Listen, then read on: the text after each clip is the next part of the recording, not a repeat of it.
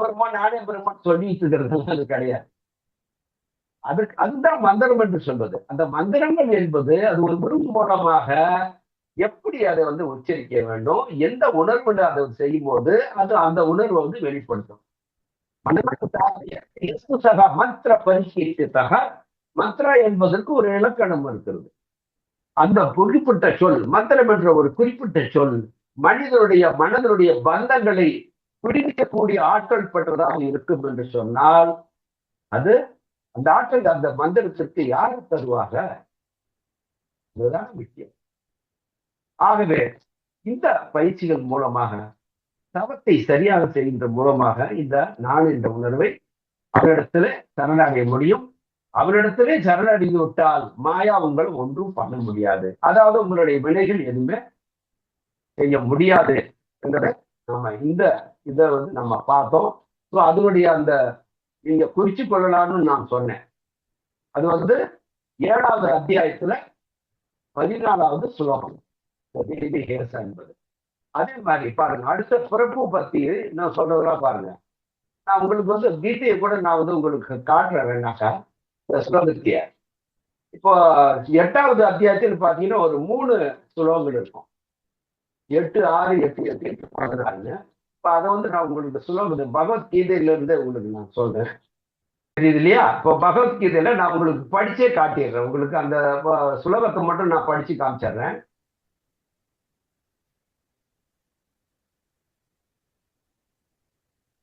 அத்தியாயம் 8, 8வதுல 8, 6ல பாருங்க. 8வது சாப்டர் 8, 6வது ஸ்லோகம் பாருங்க.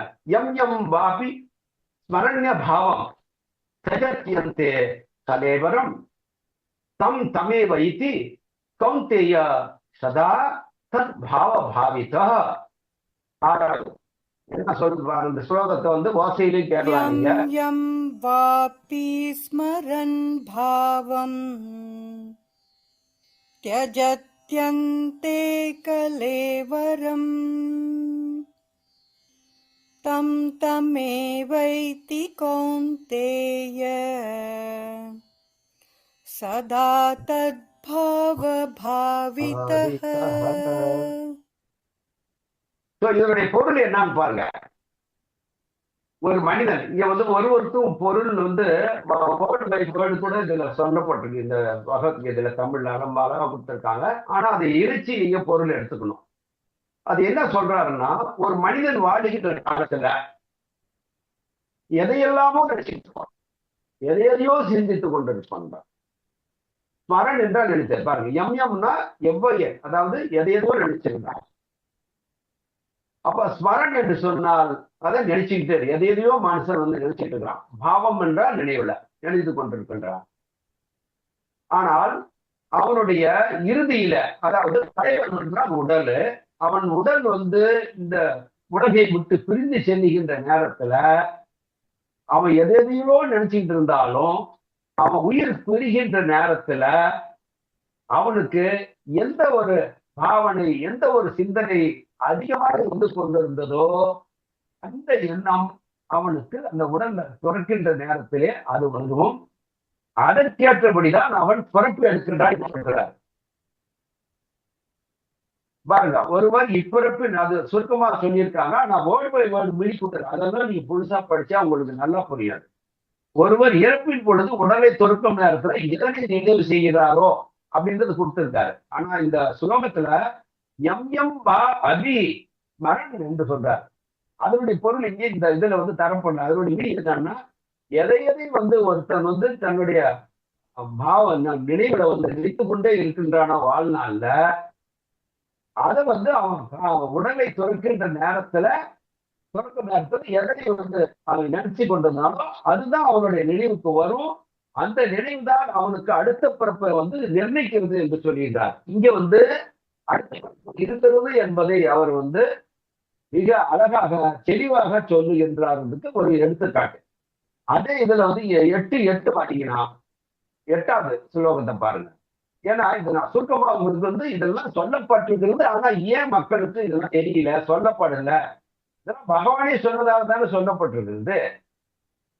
பாருங்க, அபியாச யோக யுக்தேன சைத்தசா நானியகாமினா பரம புருஷம் திவ்யம் ஜாதி பார்த்தானு சிந்தையன. என்ன சொல்றாங்க பாருங்க. யோகயுக்தேன சேதசா நான்யகாமினா பரமம் புருஷம் திவ்யம் யாதி பார்த்தானு சிந்தயன். இதனுடைய பொருள் என்ன? ஒருத்தர் அபியாசம் என்றால் யோக பயிற்சி. யோக பயிற்சினா மெடிடேஷன், அதாவது தியானம். இது வந்து யோகாவோட வரக்கூடியது. யோகா என்று சொன்னால் 8 பகுதிகளை உடையது. அதனால அதுக்கு பேர் அஷ்டாங்க யோகான்னு பேரு. அஷ்ட என்றால் 8, அங்க என்றால் பகுதி. அது வந்து அஷ்ட அங்க யோகா. யோகம் என்பது 8 பகுதிகளை உடையதுன்னு தான் பேரு. அந்த யோக பயிற்சிகளை 8மே ஒருத்த பயிற்சி செய்யணும். அப்போ அவன் தொடர்ந்து யுக்தேனா என்று சொன்னால் தொடர்ந்து அதை செய்வது. சேத்தா, சைத்தன்யா சேத்தா அப்படின்னா மனம் என்று அர்த்தம். காமினா, அப்போ மனதை வந்து வேறு ஒரு விஷயத்துல செயல்படாம மனதை ஒருநிலைப்படுத்தி இந்த யோக பயிற்சிகளை ஒருத்தர் செய்வானே ஆனால் அவன் என்ன பண்றான்? அவன் உயர்ந்த பரம புருஷம் திவ்யம் ஜாதி என்று சொல்றாரு. அதாவது என்ன சொல்றாரு? பரம புருஷன் உயர்ந்த தெய்வீக நிலையை, பரம புருஷனுடைய நிலையை, தெய்வீகத்தை ஒருவன் அடைகின்றான் என்று சொல்லப்பட்டிருக்கிறது. அப்போ இங்க விடுதலை எப்ப கிடைக்குது அப்படின்னா, இங்க மனதை ஒருநிலைப்படுத்தி வேறு சிந்தனையின்றி அந்த யோக பயிற்சியினால ஒருத்தன் வந்து அவன் தியானத்தை செய்கின்ற பொழுது ஆனா அணுச்சிந்தையன், நிலையான நினைவு. பாருங்க, கடைசி பாருங்க, அணுச்சிந்தையாக போட்டுக்கலாம். நிலையான நினைவு அப்படின்னா அந்த நினைவு கோபப்படாமல் அவன் வந்து அந்த யோக பயிற்சியை செய்கின்ற பொழுது அவன் வந்து அந்த தெய்வீக நிலையை அடைகின்றான் என்று சொன்னா இறைவனோடு இருந்தால் கலக்கின்றான் என்று ஒரு பொருள். இதுக்கு விரிவாக்கம் நிறைய தேவைப்படும். ஆனாலும் இதுதான் அங்க சொல்லப்பட்டிருக்கிறது. அப்போ இங்க விடுதலை எப்ப கிடைக்குதுன்னா இந்த தியான பயிற்சியினால, யோக பயிற்சியினால. இறைவனை வந்து யோக பயிற்சியில் என்ன நடக்குது? தியானம் செய்யறீங்க. மனம் வந்து இறைவனோடு நான் அவன்தான் இந்த உணர்வை வந்து பெறுவதற்கு தான் இந்த தியான பயிற்சி. அதுக்கு முறையான குருவெடுப்புல சரியான மந்திர உபதேசத்தோட செய்தால் பயிற்சி, இல்லைன்னா அதுக்கு எந்த பயனும் கிடைக்காது.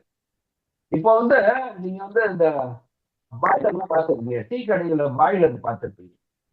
இந்த பாய்லர்ல பாத்தீங்கன்னா அந்த காலத்துல இந்த இந்த இருக்குல்ல, இந்த படுப்பு நிலக்கரி இருக்கு, அதெல்லாம் வந்து அதை நெருப்பு போட்டு அதை கனல் ஏற்றி அதை வந்து அதுல போட்டிருப்பாங்க. நெருப்பு எரியாது, அந்த கடல்லையே வந்து அது ஏறும். இப்ப அந்த பயர் வந்து அதுல இருக்கிற வரையும் அது வந்து ஒரு நெருப்பு துண்டு. அந்த பயர் வந்து நீங்க அணைச்சிட்டீங்கன்னா அது வெறும் கறி துண்டு. அது மாதிரிதான் அந்த பயர் என்ற எனர்ஜி அது இருந்தாதான் அது வந்து அது அதனுடைய அந்த எரிகின்ற ஆற்றலை வந்து அது தரும். அதுபோல என்பது என்ன அப்படின்னா, நீங்க ஏதோ ஒரு புத்தகத்துல போட்டிருக்கிறது. இப்ப வந்து அகம் பரமாஸ்மி அப்படின்னு சொல்றாங்க, ஓம் என்று சொல்றது வந்து மந்திரம்னு சொல்றாங்க.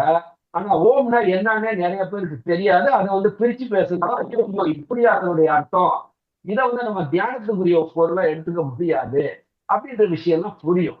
இப்படி எதுவுமே புரிஞ்சிக்காம ஏதோ ஒரு புக்களை பார்த்தோ அல்லது யாரோ ஒருத்தர் இன்னொருத்தர் சொல்லி கொடுத்தோ இதெல்லாம் செஞ்சவங்கன்னா யாருமே இன்னை வரணும் அந்த ஆன்மீக தொழில்நிலையை பெற்றதே கிடையாது. சரியான குரு இடத்துல கட்டுக்கிட்டவங்களாலதான் மேல்நிலை அடைஞ்சு முடிஞ்சு அவங்கதான் மற்ற மக்களுக்கு எல்லாம் வெளியில சொன்னாங்க. அதைதான் நாம இன்னொரு கேட்டுட்டு இருக்கோம். ஆகவே அந்த யோக பயிற்சி மூலமாக இந்த சரியான நினைவுடன் அந்த செய்கின்ற பொழுது அவன் தெய்வ நிலையை அடைகின்றான் என்று சொன்னால் பிரகிருத்திலிருந்து மாயாவிலிருந்து விடுதலை பெறுகின்றான். அதாவது இன்ப துன்பத்திலிருந்து அவன் விடுதலை பெறுகின்ற பொழுதுதான் இறைவன் அடைகின்றான் என்றால் அர்த்தம். அதுக்கு மேல அவனுக்கு பிறப்பு இல்லை, பிறப்பற்ற நிலை. அப்ப அந்த பிறப்பற்ற நிலை என்பது பிறப்பு இருந்தாதானே இன்ப துன்பம் இருக்குது, இன்ப துன்பம் இருந்தாதானே பிறப்பு வருகிறது. அப்ப இறைவனை அடைகின்ற ஒரு சரியான பாதையை மனிதனுடைய இதை வந்து அவன் சரியா பின்பற்றினானா அவன் இன்ப துன்பத்தை அடைகின்ற பிறப்பே இல்லாத ஒரு நிலையை அடைய முடியும். அப்போ இங்க ஒண்ணு தீவினையே செய்யாம ஒருத்தர் திருந்தினாலும் நல்வினைக்காக அவன் அதுக்காக பிறந்து வரணும்ன்றதும், அப்படி அந்த நன்மையை செய்கின்ற பொழுதும் என்ன விதத்துல அதை செய்தால் அதுல இருந்து அவன் விடுபட முடியும், அது அவனுக்கு சேராது என்பதெல்லாம் அறிவியலுக்குள்ளார உட்பட்ட விஷயங்கள். அதெல்லாம் பகவத்கீதையில நிஷ்காமிய கர்மமா செய்யணும். நிஷ்காமிய கர்மம் அப்படின்னா நீங்க செய்கின்ற கர்மா, அந்த செயலானது நீங்க உங்களுடைய செயலாக அதனுடைய பயனை உங்களுக்கு எதிர்பார்க்காம அப்ப வேறு விதமா செய்யணும்ன்றதா. அதை நீங்க குருவிடத்தெல்லாம் கத்துக்கணும். அப்ப உங்களுக்கு அது புரியும். இருந்தாலும் நான் அதெல்லாம் அந்த உபதேசத்தை தவிர மீதி எல்லா விளக்கங்களும் உங்களுக்கு புரியுற மாதிரி நம்ம அடுத்த நம்ம பேசதான் போறோம். அடுத்து நீங்க ஒரே ஒரு இதை மட்டும் நான் சொல்றேன். 8:16 நீங்க பாருங்க, அதே அத்தியாயத்துல இதை மட்டும் முடிச்சிடுறேன் நானு. இதை முடிச்சுட்டு நம்ம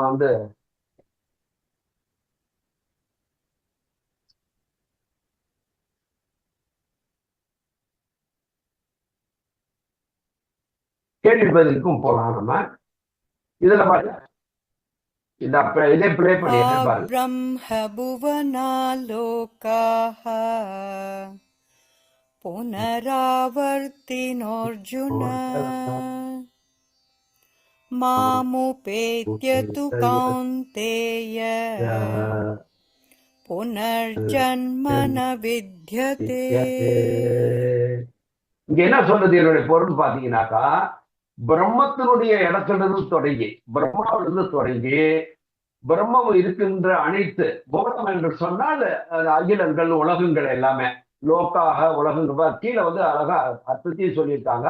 இது இங்கிலீஷ்லயும் இருக்குது பகவத்கீதையில. இந்த சுலபத்துடைய நம்பர் மட்டும் நீங்க பாத்தீங்கன்னா போதும்.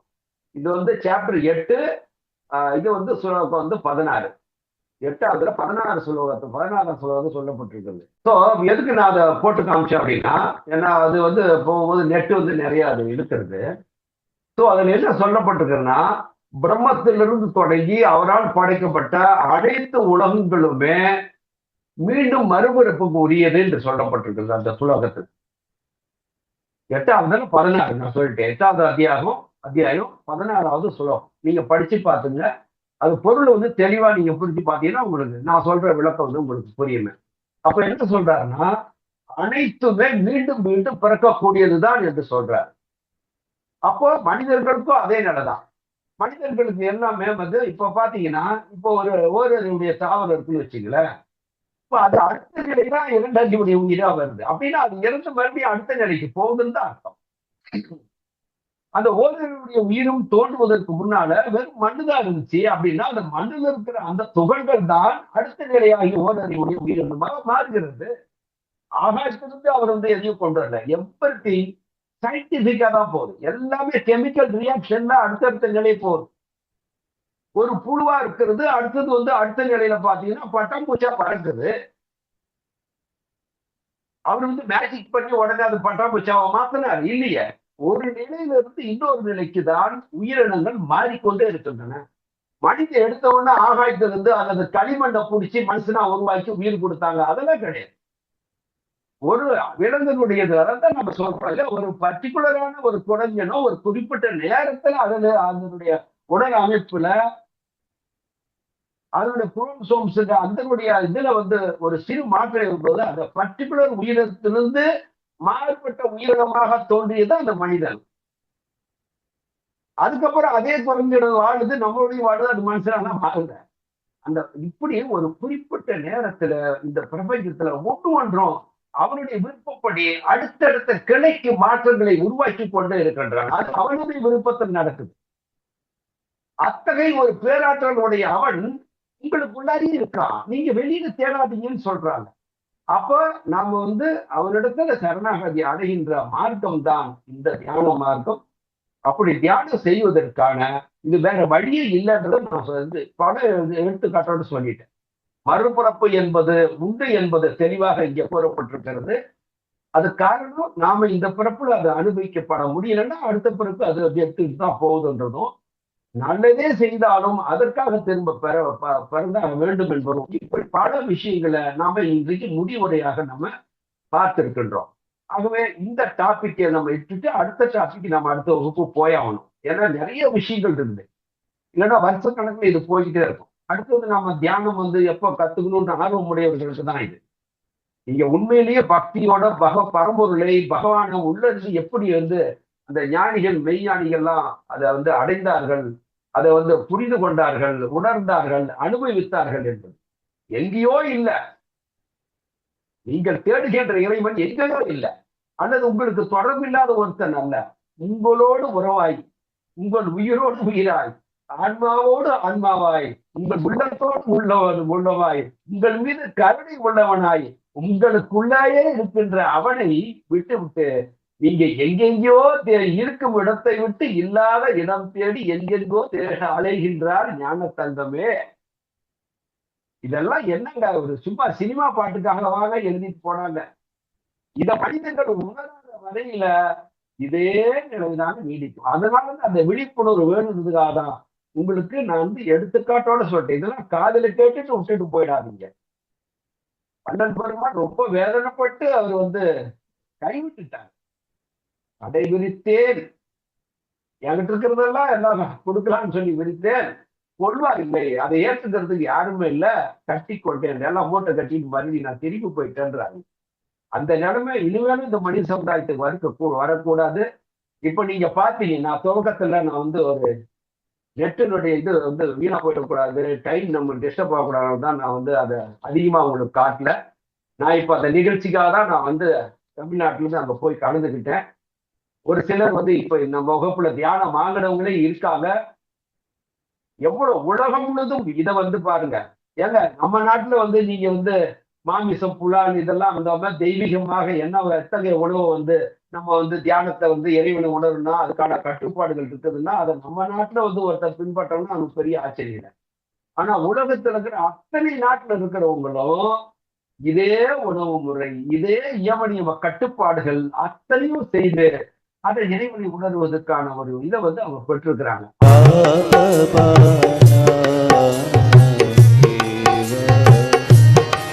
பவனா கேவலா பவனா கேவலா பவனா கேவலா பவனா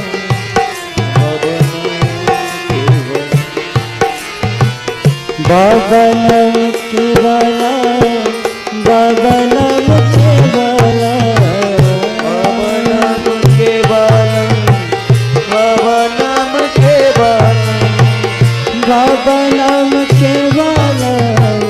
பவனம் கேவலா பவனம் கேவலா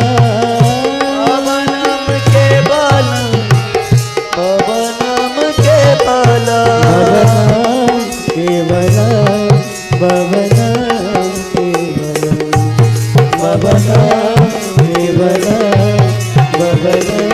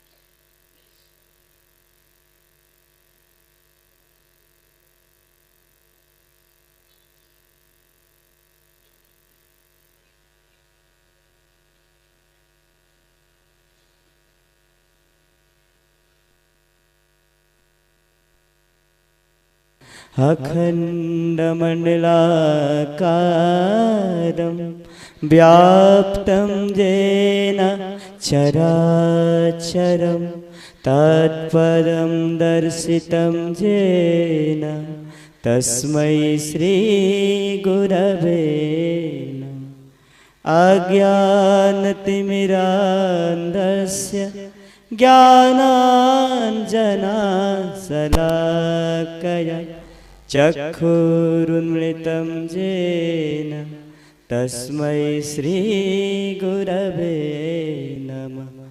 गुरुर्ब्रह्मा गुरुर्विष्णु गुरुर्देवो महेश्वर गुरुरेव परमब्रह्म तस्मै श्री गुरवे नमः। तव द्रव्यं जगद्गुरो तुभ्यमेव समर्पये।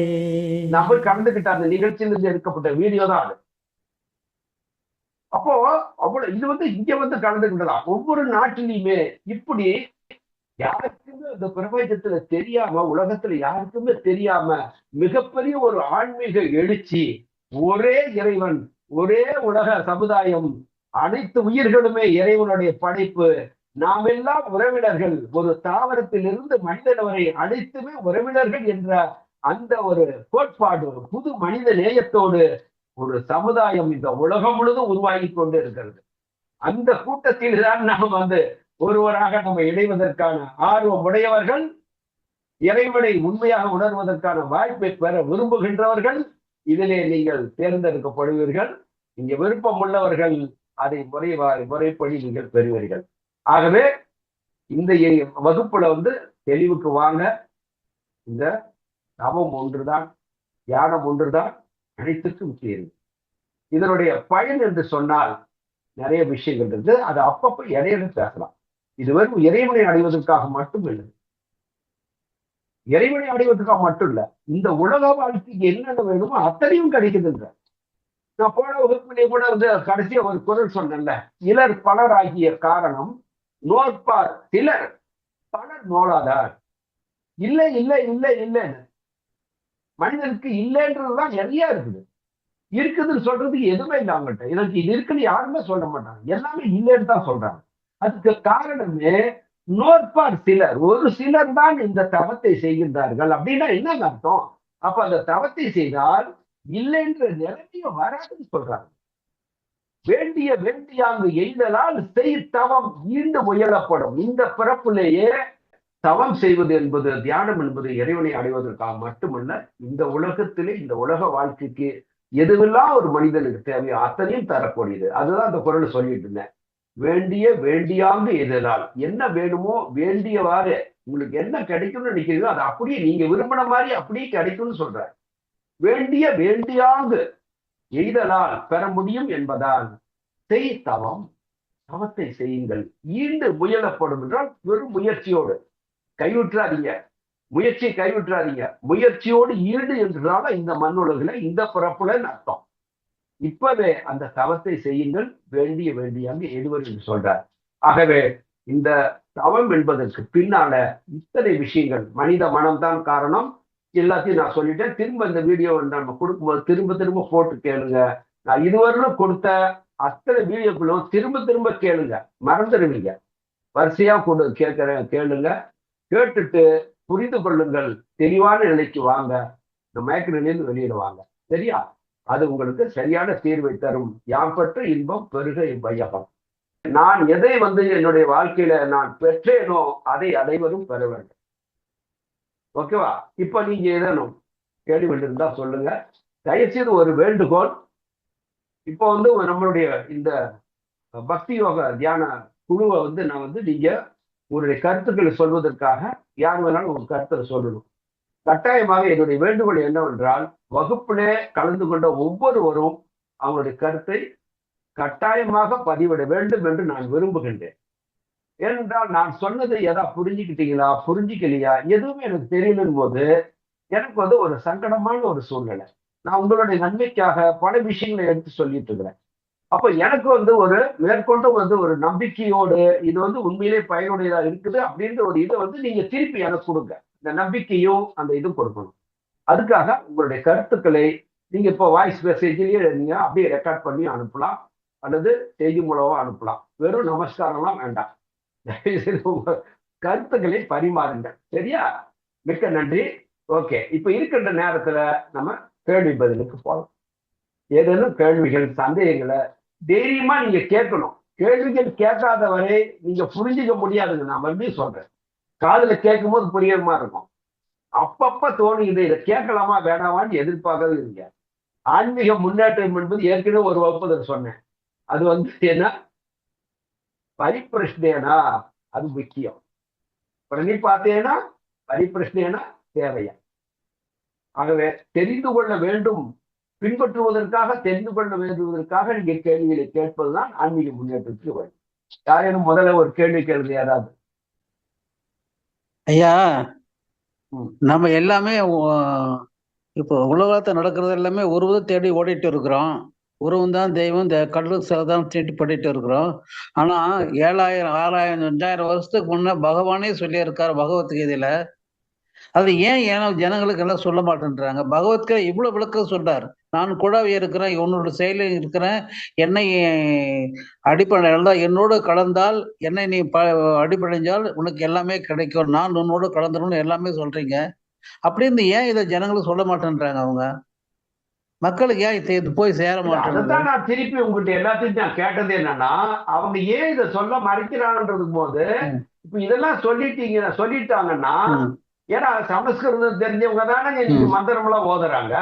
இப்ப அவங்களுக்கு இந்த விஷயம் இதே பகவத் நீங்க வந்து மத்த நான் சொன்னதெல்லாம் கொடுங்க, மன ஏவ மனுஷியானம் காரணம் பந்த மோட்சையோ இதெல்லாம் சொன்ன இல்லையா, மனோ கருட்டி கர்மாணி லிப்பியத்தை பார்த்து கேட்கும் இதெல்லாம் சொன்னா சரி, இதெல்லாம் வந்து சாஸ்திரங்கள்ல வருது.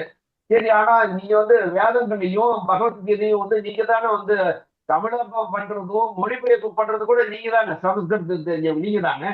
அப்போ அதெல்லாம் படிச்சு நீங்க ஏன் மக்களுக்கு வந்து ஐயா துன்பங்கள்லாம் நீக்கிறதுக்கு இது வழி இல்ல, ஒரு தேங்காயோ பழத்தையோ கொண்டு நீங்க சாமி கிட்ட உழைச்சிட்டு போறதுல உங்களுக்கு இது இல்ல, அதே பகவான் சொல்லியிருக்காரு. நீங்க உட்கார்ந்து என்ன வந்து தியானிப்பவர்கள் அவருக்கு மட்டும்தான், என்னிடத்துல சரணம் அடைவதால் மட்டும்தான் மாயாவிடம் இருந்து இந்த இன்ப துன்பங்கள்ல இருந்து விடுபட முடியும்னு சொல்லியிருக்காங்கன்னு அவங்க சொல்லணும். அதைத்தான் நான் திரும்பி சொல்றேன். அப்ப அவங்க சொல்லாம போனா போட்டோம், இதை சொல்லலன்னு உங்களுக்கு தெரியுது இல்ல, நீங்களாவது பின்பற்றுங்க இத. அதுதான் நான் உங்ககிட்ட திருப்பி கேட்கறேன்.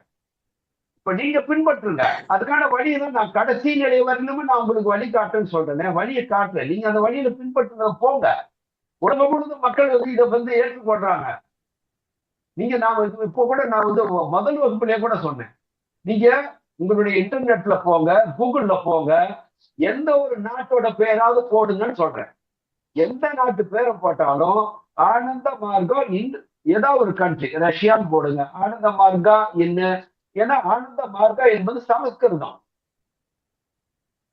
பேரானந்த அந்த பாதை தான் இது. ஆனந்தம் என்றால் பேரானந்தம், பேரானந்த பாதை தான் அது தமிழ்ல. ஆனா இது தமிழ்நாட்டுக்கு சொந்தமானது இல்லை, உலக மனித சமுதாயத்துக்கே இதை வந்து வழிகாட்டுகின்ற குருவாக நமக்கு அவர் வந்திருக்கிறாரு. நமக்கு அதனாலதான் உலக மக்கள் அனைத்து வேற இது விஞ்ஞான பூர்வமாக அறிவுபூர்வமாக இது வந்து அறிவுக்கு ஏற்றுக்கொள்ளுகின்ற புரிகின்ற விஷயமாக இருக்கிறது. இவ்வளவு நாள் மனித இதை ஏமாந்ததுக்குன்னு புரிஞ்சு கொண்டவர்கள் அத்தனை பேரும் உலக நாடுகள் அனைத்து நாடுகளில் இருந்துமே இதை பின்பற்றுகின்றார்கள் என்று சொன்னால் இது எவ்வளவு பெரிய மாற்றத்தை இந்த யுகத்திலே கொண்டு வந்திருக்கிறது. வேற எந்த யுகத்திலே இந்த மாற்றம் இல்லை.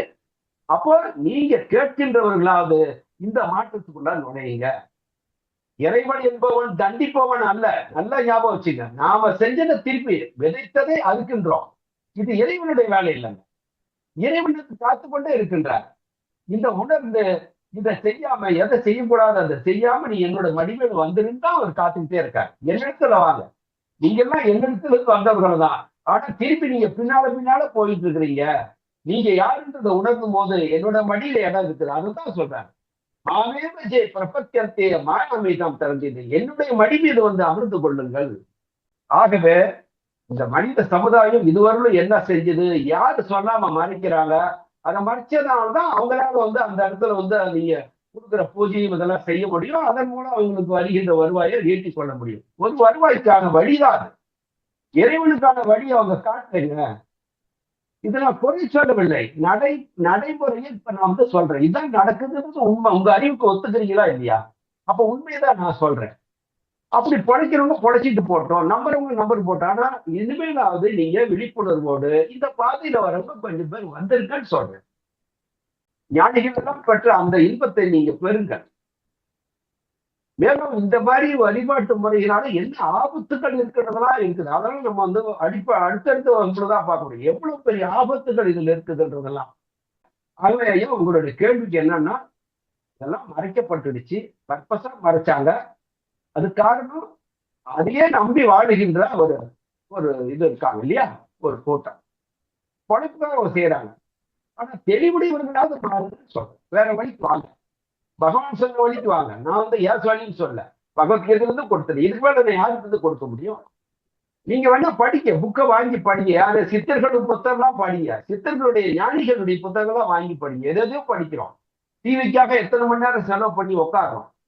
ஆனா இந்த ஆன்மாவை வந்து கொண்டு போறதுக்கு வரும் உடம்பு இருக்கணும் எத்தனையோ ஆசைகள்ல போய் ஈடுபட்டு அதற்காக நேரத்தை செலவழிச்சு அதை அனுபவிக்கிறோம். ஆனா இறைவனை அனுபவிக்கிறதுக்காக யாரிடத்துல இருக்கிறோமோ, யார் நமக்குள்ள இருக்கிறோமோ அவனையே நான் அறிஞ்சிக்காம இருக்கோம். அவனோட உறவு அவ்வளவு ஒரு அன்பான ஒரு உறவு. அது நீங்க எந்த உறவுகளிடத்திலும் அத்தகைய ஒரு உணர்வை நீங்க வந்து பார்க்க முடியாது. அந்த அன்பை அவனிடத்துல எப்படி அன்பு செலுத்துவது? அவன் தான் என் தந்தை, நான் வந்து தந்தையை தெரியாம எங்கெங்கயோ சுத்திட்டு இருக்கிறேன்ற அந்த வேதனை உங்களுக்குள்ள வந்துருச்சுன்னா, அந்த தந்தையினுடைய அன்பை, அனைத்து உயிர்களுக்கும் தந்தையாக இருக்கக்கூடிய அவனுடைய அன்பை நீங்க அப்படி அனுபவிக்கலாம். ஆகவே நீங்க ஏன் சொல்லலன்றதை பத்தி விடுங்க, அது தெரிஞ்சுக்கிட்டா போதும். ஆனா அதை விட்டுட்டு இனிமே என்ன செய்யலான்றதை பத்தி யோசனை பண்ணுங்க.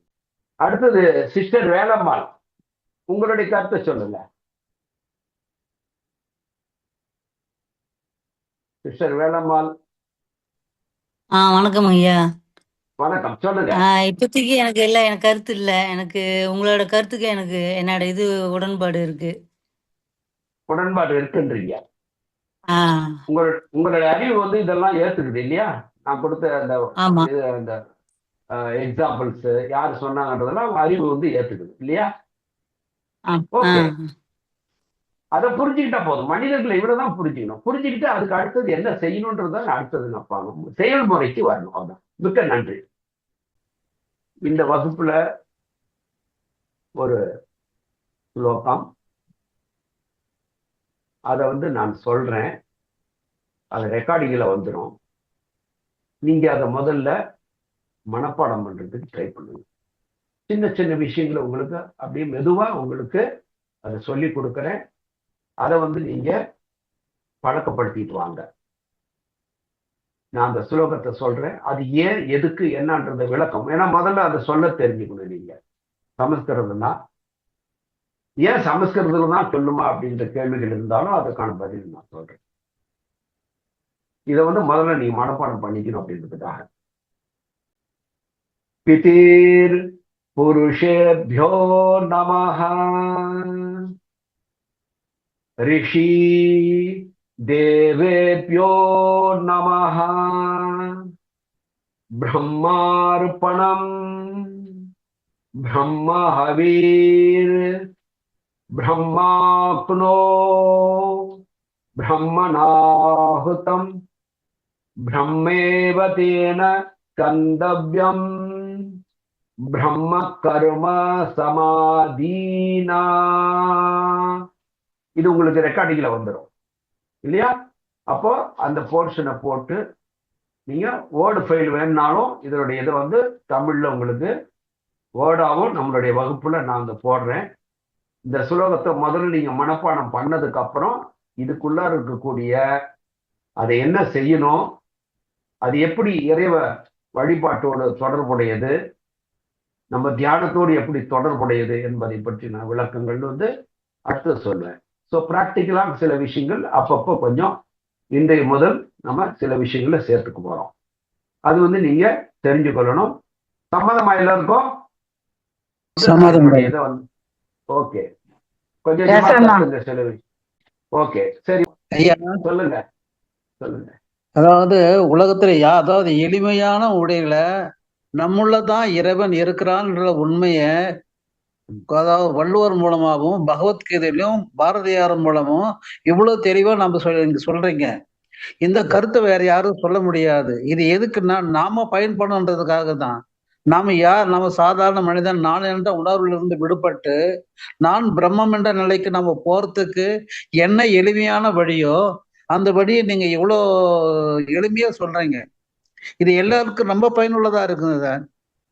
உலக மக்கள் நமக்கே இல்லை, உலக மக்கள் அத்தனை பேருக்கும் இறைவன் யார், நான் யார், முன்ன அதுக்குரிய வழி என்ன, எப்படி பிரம்மத்தை அடையணும், அதுக்குரிய அந்த எளிமையான வழி நீங்க சொல்றது ரொம்ப ரொம்ப நன்றி தாதா. இது உலகத்துக்கு எல்லாத்துக்கும் பயனுள்ளதா இருக்கும். எல்லாரும் பயன்பெறணும். நீங்க சொன்ன நாள் எல்லாரும் பயன்பெற்று இறைவனை அடையணும் தான் நான் எல்லாரும் வேண்டி கேட்டுக்கிறேன். ரொம்ப நன்றி தாதா ரொம்ப உங்களுக்கு. நன்றி, ரொம்ப நன்றி. அதே மாதிரி இப்ப இதை வந்து நம்ம வீடியோ நம்மளோட இதுக்குன்னு தனியா ஒரு சேனலே ஆரம்பிச்சிருக்கோம் இல்லையா?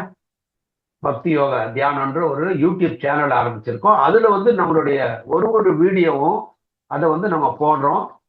ஸோ இது வந்து நீங்க வந்து இதை அனுபவிக்கின்ற மாதிரி யாருக்கெல்லாம் நீங்க வந்து இதை ஷேர் பண்ண முடியுமோ அவர்களுக்கெல்லாம் இந்த வீடியோவை ஷேர் பண்ணுங்க. ஏன்னா நாம அனுபவிச்ச இந்த எதையோ நம்ம தானம் பண்ணலாம், தர்மம் பண்ணலாம். ஆனா இறைவனை பற்றி ஞானத்தை நீங்க வந்து மற்றவர்களுக்கு கொடுக்கின்ற சேவையானது மிகப்பெரிய ஒரு சேவை. 4 விதமான சேவைகள்ல இந்த ஆத்தியாத்மிக சேவை என்பது, அதாவது ஆத்மாவுக்கு செய்கின்ற சேவை இது. அந்த ஆத்மா வெளிப்படைவதற்கான சேவை. அதனால அதை நீங்க யாருக்கெல்லாம் உங்களுடைய தொடர்புடைய அது போன்ற விருப்பம் உள்ள நண்பர்களுக்கெல்லாம் இதை ஷேர் பண்ணுங்க. விருப்பம் இருந்தால் அவர்களும் இதுல வந்து கலந்து கொள்வதற்கான இதை வந்து நம்ம கலந்துக்கிட்டோம். ஆனா அது எல்லாமே நம்ம போன்ற ஆன்மீக சிந்தனை உள்ளவர்களுக்காக மட்டுமே தான். அது 10 பேருக்கு போய் சேர்ந்தாலும் அந்த 10 பேர் பயனடையணும். அதுதான் நம்மளுடைய நோக்கம். அதனால இந்த வீடியோங்கள்ல உங்களுடைய கமெண்ட்ஸை வந்து நீங்க கமெண்ட் பகுதியில அங்கேயும் வந்து தெரிவிங்க.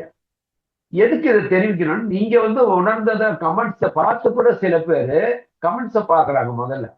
ஓ அப்ப இதுல இவ்வளவு விஷயம் இருக்கும் போல இருக்கு, அப்ப நாமளும் இதை தெரிஞ்சுக்கலாம்னு ஒரு ஆர்வத்தை தூண்டும். அதுக்காக கமெண்ட்ஸ் பகுதியிலையும் நீங்க அதை வந்து கருத்தை தெரிவிங்க. நீங்க வந்து தப்போ அல்லது இது வேண்டாம், நீங்க கருத்தை தெரிவிக்க விரும்புபவர்கள் கருத்தை தெரிவிங்க. எதுக்குன்னா இந்த கருத்து வந்து இன்னொருத்துக்கு தூண்டுதலா இருக்கும், அதை பார்க்கலாம் அப்படின்றது தான். அதுக்காக தான் அதை சொல்றேன். ஆகவே நீங்க இந்த நல் விஷயத்த உலகத்துக்கு வேறு செய்யுங்க. அடுத்த வகுப்புல நம்ம அடுத்த கட்டத்துக்கு போக போறோம். அந்த விஷயத்த வந்து நம்ம அடுத்த வாரம் பார்ப்போம். சரிதானே? நன்றி. விடைபெறுவோமா? நமஸ்கார் தாதா. அனைவருக்கும் வணக்கம். அனைவருக்கும் நன்றி. அனைவருக்கும் நன்றி. நன்றிங்க ஐயா.